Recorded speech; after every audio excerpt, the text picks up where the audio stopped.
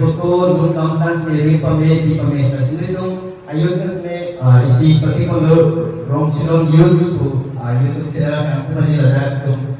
gospel ada anun sini tu upload masih ada Sunday school program di youth program family event program especially tu dapsi upload masih itu so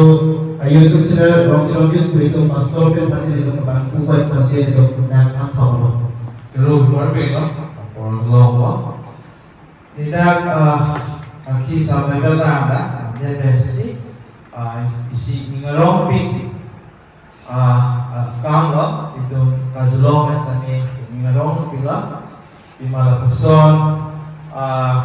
aprang ke bang dia pan isi momo tak je lombo dia pan person itu rong cedon you the two ben it's two ben or some YouTube kakuli kazulong esi ngerong pin lo sedang yang kisah Bible lah kan dia transisi ini lah so YouTube channel pun ko dan David luôn trong sự kia là Paul là sampai tahu và nó đi cùng hem pua quan nó là cái gì cái right about ở là một phần cái gì mình ở luôn luôn là nó cái lô bị bên vàng làเป็นกิโลอารมณ์ให้มีอารมณ์ดูนะปีมาเห็นผู้เกี่ยวกับกองกิจอาร์มกิโลอันอาวุธะอาจารย์กองกิจเนี่ยชุลasal orang yang berjuang orang berjuang itu na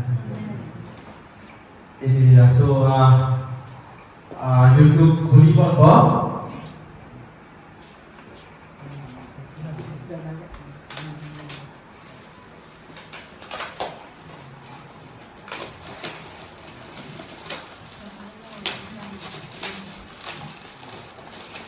hello, YouTube kami kan, orang cerita, kalau kita post support orang dia nanti,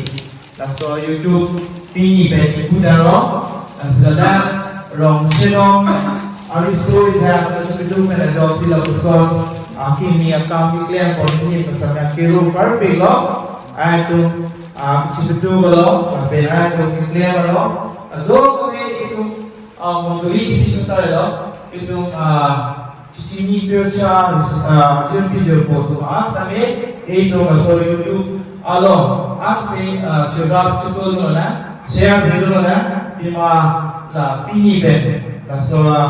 rongcerong YouTube channel YouTube gospel ikubon nama post kalau kan dia masih kiri lah ikubon nama sini dia orang baru na so YouTube same aksi orang long video konten siapa video kami Mate foto kami, kafe gospel kami anak kompetisi buat video kan.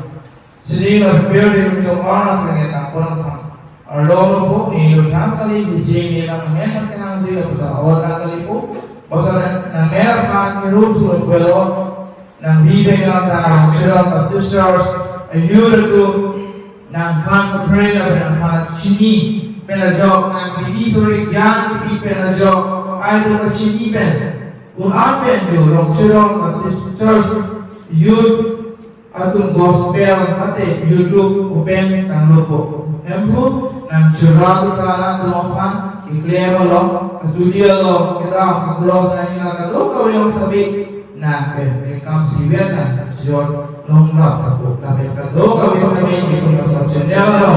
cerah berbong dia masuk sabi ikiben nabi tapi kakak tapi sore तो कोई प्रश्न नहीं जनाब राजकोट की ना है जमीन मिसाली में समय इनसे और दूर पड़ता इंग्लैंड में काम लो की सॉरी रोड आसामी का जो हम चिर पे ना गीसो में कैसी हमारा में लगाया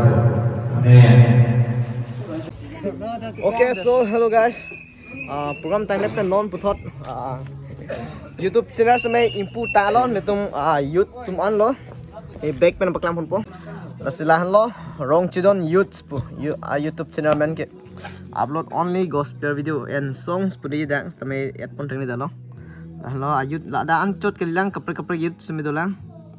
La ni lo president la pu producer do rang sinarong pi. Halah lo arang sinarong pike